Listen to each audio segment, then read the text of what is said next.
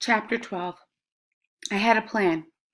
I had been walking to Mr. Del Duke's office for my appointments, but now that I knew Mai and her brother would be there before me, I wanted to get there early. So I went online the following week and ordered a taxi to pick me up at the curb when school was over. This was a very brave and daring act for me. I waited in front of the sign that said Sequoia Giants, and the taxi arrived right on time. I believe we were off to a good start. I pulled my wheeled luggage to the cab door and leaned in through the open window as I said, "I would like the number of your taxi license and to see proof of your compliance with brake and headlight adjustment requirements." The driver's name was Jairo Hernandez, and he had been driving for Mexicano Taxi for 7 years. I was nervous, but he seemed nervous as well. He did not appear, however, to be someone who would kidnap me and cut me up into small pieces. After I reviewed his paperwork, which took considerable effort on his part to locate, I got into the back seat.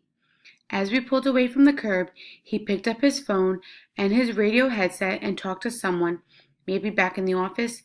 His voice was low. He didn't realize that I am fluent in Spanish, as it was the language I learned after English. This is what he said. "At first, I think I am picking up some kind of little person going to the airport because she has luggage. But then I get closer and I see it's just a girl.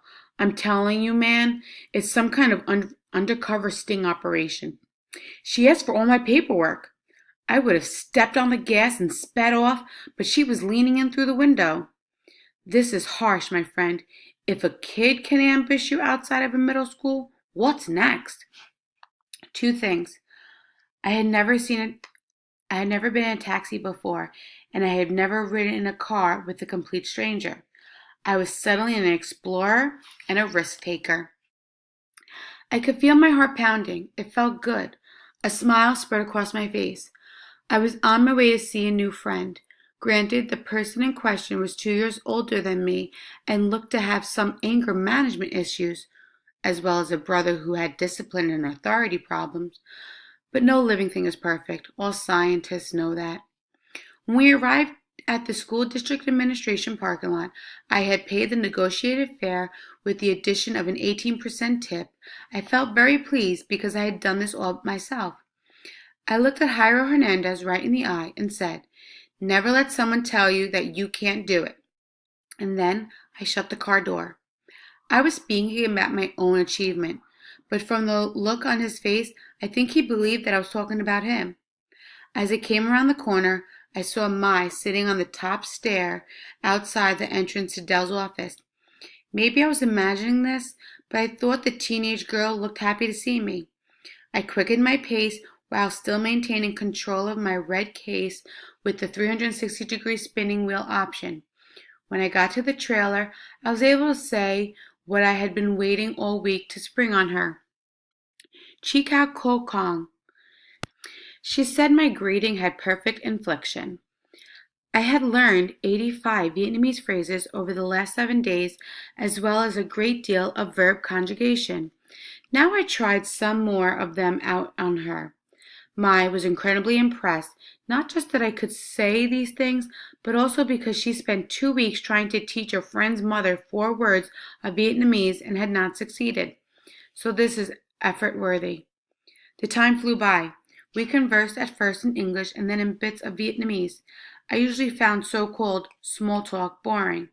I like large talk, which is more about theories and concepts mixed with facts and known quantities. But we didn't have any problem finding things to say to each other because right away, Mai wanted to know about the garden behind my house. All that greenery had intrigued her. I told her about some of my plans and gave a simple explanation of a few of my background botanical experiments. And then the next thing I knew, 40 minutes had passed and the trailer door opened and Del Duke appeared with Quang Ha at his side. The counselor's eyes widened at the sight of us together. He wanted to know how long I'd been out there and what we'd been talking about. Del Duke was not as friendly as I would have thought, and I got the idea that maybe he wanted to push the Nugent siblings right down the stairs. His smile was stiff and awkward as he said, "All right then, it's time for Willow session. Goodbye, kids." I insisted on keeping the door to the trailer open so that I could watch as Mai and Kwang Ha receded into the distance. At the last moment, just before the pair turned the corner to head down the block, Mai looked back and waved toward the trailer. The door was angled, so I felt certain that Mai couldn't see me, but she knew that I was there. Suddenly, I had a strange lump in my throat. I had a new, older friend, a girl from high school. She felt like a protector. It was some kind of magic.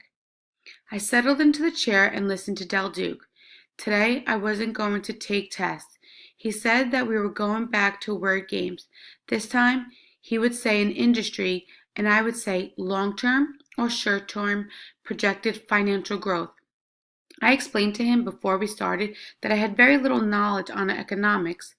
I really considered this study a social science, not a hard science, and I wasn't interested in the squishy stuff, so I had stayed away. But he didn't listen. He was prepared for our session and had a clipboard covered with scrolled notes.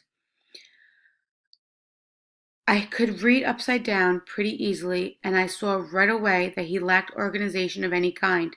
His list had stuff crossed out and then arrows and all sorts of redirection of bubbles of messy thought. I decided to ignore it.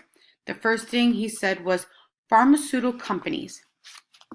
Dell had instructed me to answer high growth, medium growth, no growth, or eroding market. This was a really crummy game.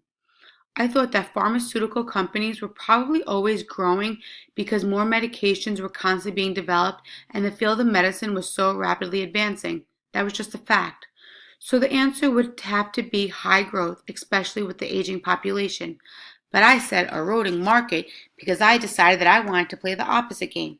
I just didn't tell him. I was going to see if he was paying attention. But what was sad was that he never caught on and shouted out, "You're playing the opposite game." He just kept writing down my junk. On my way home, I evaluated my situation. Being a Sequoia giant had been a colossal disappointment. But going to the new school led to seeing the round-headed counselor, and that enabled me to meet my new friend Mai. School was better since I figured out that all I had to do to get out of PE and the violent sport of volleyball was to say I had a migraine headache.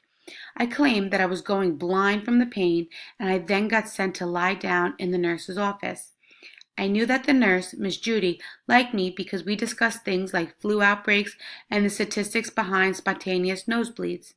So by the time I walked back up Citrus Court to the front door of our house, I was very happy.